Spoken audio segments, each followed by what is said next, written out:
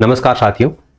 देखिए, आज आपकी 28 जुलाई है और 28 जुलाई को आज 11 बजे से लेकर आपकी काउंसलिंग की जो प्रक्रिया है वो शुरू हो जाएगी। जिनको भी शिक्षा विभाग आवंटित हुआ है, कल शाम को आपका कार्यालय निदेशक माध्यमिक शिक्षा राजस्थान बीकानेर के द्वारा ये कार्यालय आदेश जारी किया गया था, जिसमें यह साफ तौर से मेंशन किया गया था कि अब आपकी जो काउंसलिंग की प्रक्रिया होगी वो साला दर्पण पोर्टल के माध्यम से ऑनलाइन काउंसलिंग की जाएगी। पहले ऑफलाइन काउंसलिंग किए जाने के ऊपर विचार चल रहा था, जिसके कारण काफी अभ्यर्थी परेशान हो रहे थे, लेकिन अब आप घर बैठे ऑनलाइन काउंसलिंग के माध्यम से इस प्रक्रिया में भाग ले सकते हैं। लेकिन जैसे ही अलग अलग डिस्ट्रिक्ट के द्वारा जो लिस्ट जारी की जा रही थी, उसमें जो वरीयता वाला फॉर्मेट है वो भरवाने को लेकर काफी अभ्यर्थी असमंजस में है कि किन को भरना है, किन को नहीं भरना है।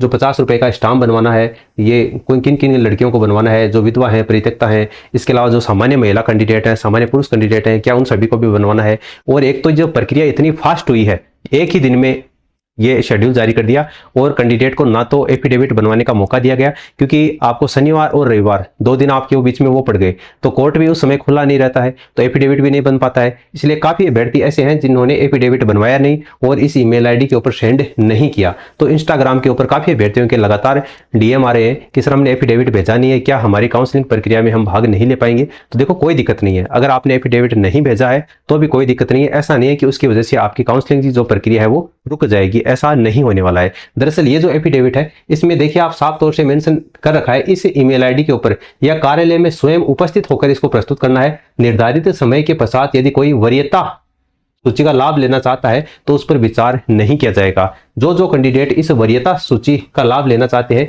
उनको इस ईमेल आईडी के ऊपर ये जो डॉक्यूमेंट है वो बनाकर भेजना था। जो दिव्यांग कैंडिडेट है उनको भेजना था, जो विधवा और परित्यक्ता है, एकल महिला, भूतपूर्व सैनिक जिसका पति पत्नी प्रकरण है या पति पत्नी दोनों का चयनित हुआ है, शहीद परिवार से है, या जिनको माता पिता या पति पत्नी को असाध्य कोई रोग है, बीमारी से पीड़ित है, उन व्यक्तियों को यह वरीयता चाहते, इसलिए उनको ये भेजना था। सामान्य जो पुरुष और महिला कैंडिडेट है, अगर उन्होंने नहीं भेजा है तो उनको परेशान होने की आवश्यकता नहीं है। इसके अलावा आपको मैं बता दूं कि माध्यमिक शिक्षा राजस्थान बीकानेर के द्वारा आपका जो काउंसलिंग शेड्यूल है वो भी जारी कर दिया गया है। यहाँ पर साफ तौर से मेंशन कर रखा है कि 4th ग्रेड कर्मचारी भर्ती 2024 में गैर अनुसूचित क्षेत्र के 16,441 और अनुसूचित क्षेत्र के लगभग 3,000 अभ्यर्थियों को श्रेणीवार स्कूल शिक्षा विभाग आवंटित करके इनको ये उपलब्ध करवाए गए हैं। और इस पोर्टल के माध्यम से, साला दर्पण पोर्टल के माध्यम से 28 जुलाई को, आज 28 जुलाई से लेकर 30 जुलाई तक आपकी ऑनलाइन काउंसलिंग होगी और उसका शेड्यूल कुछ इस प्रकार से है। ठीक है, और इसको अगर मैं थोड़ा सा आसान भाषा में आपको समझाऊं तो अब किसी भी अभ्यर्थी को जिला शिक्षा अधिकारी यानी डीईओ कार्यालय में जाने की आवश्यकता नहीं है। वहां पर नोटिस बोर्ड पर जो लिस्ट है वो देखने की आवश्यकता नहीं है। चतुर्थ श्रेणी कर्मचारी 2024 में ये जो नॉन टीएसपी और टीएसपी में जो भी चयनित अभ्यर्थी हैं, उनको विद्यालय आवंटन यानी काउंसलिंग की जो प्रक्रिया होगी वो आपकी पूरी साला दर्पण पर होगी और 28 से 30 जुलाई तक वो चलने वाली है। ऑनलाइन काउंसलिंग की जो समय सारणी है ये आपको दी गई है। इसको थोड़ा सा आसान भाषा में समझाऊं तो 27 तारीख को जिला शिक्षा अधिकारी के द्वारा जो भी खाली पद है, जो खाली वैकेंसी है, उनकी सूची पोर्टल के ऊपर लाइव दिखा दी गई थी, जो हमने आपको हमारे टेलीग्राम चैनल पर प्रोवाइड करवा दिया था। जिसे डीडवाना कुचामन में खाली पड़ी सीटों की लिस्ट प्रोवाइड करवाई थी। चूरू है, इसके अलावा गंगानगर है, सीकर है, उदयपुर है, डूंगरपुर है, तो काफी जिलों की लिस्ट हमने आपको टेलीग्राम पर प्रोवाइड करवाई है। तो उम्मीद करते हैं कि आपने वो वहां से देख ली होगी। अगर आपने अभी तक हमारा ये टेलीग्राम चैनल ज्वाइन नहीं किया है तो इसको ज्वाइन कर लेना। कोई भी सूचना आती है तो आपको समय से पहले यहाँ पर प्रोवाइड करवा दी जाती है। इसके बाद में इस सारणी में लिखा गया है कि 28 जुलाई से लेकर 30 जुलाई तक, 28 जुलाई को सुबह 11 बजे से 30 जुलाई को शाम को 4 बजे तक आपको काउंसलिंग होगी। ऑनलाइन स्कूल चॉइस भरी जाएगी। चयनित अभ्यर्थी साला दर्पण पोर्टल के ऊपर लॉगिन करके अपनी पसंद के विद्यालयों का क्रम चुन सकेंगे और उनको लॉक कर सकेंगे। लॉक करना जरूरी है, यानी 30 जुलाई 2026 को शाम को अभ्यर्थियों के द्वारा भरे गए जो भी ऑनलाइन विकल्प है उनके आधार पर साला दर्पण पोर्टल के द्वारा स्वचालित रिजल्ट या अलॉटमेंट रिपोर्ट है वो तैयार कर ली जाएगी और 31 जुलाई को अंतिम ज्वाइनिंग लेटर है वो आपका जारी कर दिया जाएगा। लेकिन आपको ध्यान रखना है, राज्य से बाहर के जो भी बोर्ड हैं, डिग्री वाले अभ्यर्थी हैं या फिर जिनका कोर्ट में केस चल रहा है, उन अभ्यर्थियों का रिजल्ट रोककर बाकी सभी अभ्यर्थियों का जो ज्वाइनिंग लेटर है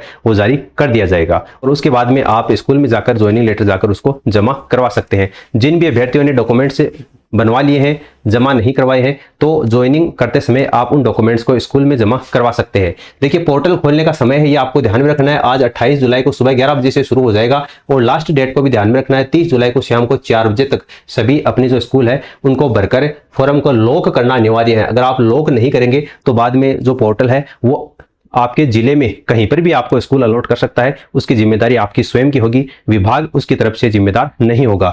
लॉगिन प्रक्रिया किस तरीके से आपको होम पेज पर जाना है, इसके लिए मैंने आपको अलग से वीडियो प्रोवाइड करवाया है। कल शाम को वीडियो प्रोवाइड करवा दिया था। उम्मीद करते हैं कि आपने वो वीडियो देख लिया होगा। वरना जैसे ही काउंसलिंग की प्रक्रिया शुरू होगी 11 बजे, तो उसके बाद में आपको एक कैंडिडेट का भरकर स्कूल लॉक करके मैं वीडियो बनाकर प्रोवाइड करवा दूंगा, ताकि उस वीडियो को देखकर बाद में आप आराम से अपनी जो काउंसलिंग है उसकी प्रक्रिया को सुचारू रूप से कर सकते हैं। अब देखिए, कुछ कैंडिडेट हैं जिनका ये कहना है कि जब हमने जिले की प्रेफरेंस भरी थी वही यूजर आईडी और पासवर्ड काम में आ जाएंगे। बिल्कुल वही काम में आ जाएंगे, अन्य यूजर नेम पासवर्ड आपको जनरेट करने की आवश्यकता नहीं है। अगर वो पहले से आपके पास में है तो उनके माध्यम से अगर आप लॉगिन करेंगे तो आपकी काउंसलिंग की जो प्रक्रिया है वो शुरू हो जाएगी। सर जी, हमारे पास 2 ब्लॉक की स्कूल पास में है, अलग अलग ब्लॉक की भी स्कूल फिल कर सकते हैं क्या? हमारे कुछ स्कूल पिपराली ब्लॉक, अच्छा ये सीकर का रहने वाला है, सीकर का रहने वाला है तो पिपराली ब्लॉक में आ गया और लक्ष्मणगढ़ ब्लॉक में आ गया, है ना। कुछ आपके दातारामगढ़ में है, कुछ आपके धोद में है, कुछ आपके नीमका थाना में है।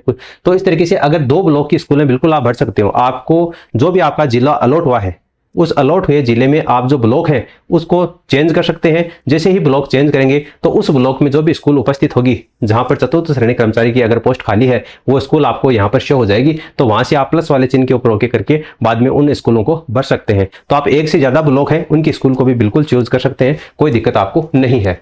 ताला दर्पण की आईडी पासवर्ड बिल्कुल वो चल जाएगी। इसके अलावा ब्लॉक में खाली पदों वाली सारी स्कूल की लिस्ट आएगी या लिमिटेड स्कूल की। तो देखो मैं आपको बता दूं, जैसे अगर किसी स्कूल में एक ही सीट खाली है तो वो एक सीट आपको दिखाई जाएगी, लेकिन अगर किसी स्कूल में 2 सीट खाली है तो वहां पर एक ही सीट आपको दिखाई जाएगी, दोनों नहीं दिखाई जाएगी। क्यों? क्योंकि कल परसों मैंने आपको जो वीडियो प्रोवाइड करवाया था उसमें ये आपका बीकानेर निदेशालय के द्वारा जो लिस्ट जारी की गई थी उसमें लिखा गया था कि 85% सीटें हैं उन्हीं को दिखाई जाएगा, 15% सीटें रिजर्व रखी गई हैं। जो भी कैंडिडेट आपकी विधवा हैं, तलाकशुदा हैं, फिजिकली हैंडीकैप हैं, जिनका रिजल्ट रोक लिया गया है, जो कैंडिडेट प्रोविजनल कैटेगरी में है, उन कैंडिडेट को भी तो बाद में गृह जिला आवंटित करने के बाद में स्कूल अलॉटमेंट की जाएंगी। इसलिए 85% सीटें ही आपको दिखाई जाएंगी। 15% जो सीटें हैं वो पहले से ही हाइड कर ली गई हैं, इसलिए आपका 85% सीटों के ऊपर ही आप दावेदारी पेश कर पाएंगे। यानी जहां पर अगर एक सीट है तो वो तो आपको दिखाई जाएगी, लेकिन 2 या 2 से अधिक अगर सीटें हैं तो उसके हिसाब से आपको 85% का आंकड़ा निकालकर वो सीटें आपको दिखाई जाएंगी। ठीक है, तो उम्मीद करता हूं कि यहां से आप समझ गए होंगे। डॉक्यूमेंट भी अपलोड होंगे या ऑनलाइन काउंसलिंग में शपथ पत्र या ऐसी कोई चीज।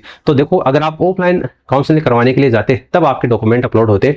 ऑनलाइन काउंसलिंग में मेरे ख्याल से डॉक्यूमेंट अपलोड की सुविधा आपको नहीं मिलेगी, जहां तक मेरा ख्याल है। वरना 11 बजे जैसे ही आपका लॉगिन होगा तो मैं वहां पर चेक कर लूंगा, एक स्टूडेंट का आपको काउंसलिंग करके वीडियो बनाकर बता दूंगा। ठीक है, तो आप थोड़ा सा इंतजार कर लेना मेरा वीडियो आ जाए, उसके बाद में आप काउंसलिंग करके अपलोड कर सकते हैं। तो मेरे ख्याल से डॉक्यूमेंट है वहां पर आपको अपलोड नहीं करने हैं। जैसे आपकी काउंसलिंग की प्रक्रिया पूरी हो जाएगी, ज्वाइनिंग लेटर आ जाएगा, उसके बाद में आप स्कूल में ज्वाइन करने के लिए जाएंगे तो वहां पर आप ये जो डॉक्यूमेंट है वो अपने साथ में वहां पर आप जमा करवा सकते हैं। इसके अलावा आपको पुलिस वेरिफिकेशन है वो भी बनवाना है ना, पीसीसी पुलिस वेरिफिकेशन वो भी बनवाना है, और जो आपका मेडिकल सर्टिफिकेट है, मेडिकल सर्टिफिकेट वो भी आपको बनवाना है। पुलिस वाला और मेडिकल ये दोनों आपको बनवाने हैं। और जो आपका ज्वाइन होगी जिस भी कार्यालय में जहां पर आप स्कूल में ज्वाइन करोगे तो वहां पर आपको ये दोनों बनवाकर लेकर जाने हैं। तो आपका ज्वाइनिंग लेटर आ जाए, उसके बाद में आप ये आपका मेडिकल वाला सर्टिफिकेट है ये बनवा सकते हैं। और जो डॉक्यूमेंट्स आपने बनवाए हैं, जो एफिडेविट बनवाया है वो भी आप स्कूल में जमा करवा देना, कोई दिक्कत नहीं है। अगर अभी भी आपके मन में कोई डाउट है, कोई भी सवाल है, कोई भी सुझाव है तो आप बेझिझक नीचे कमेंट सेक्शन में कमेंट करके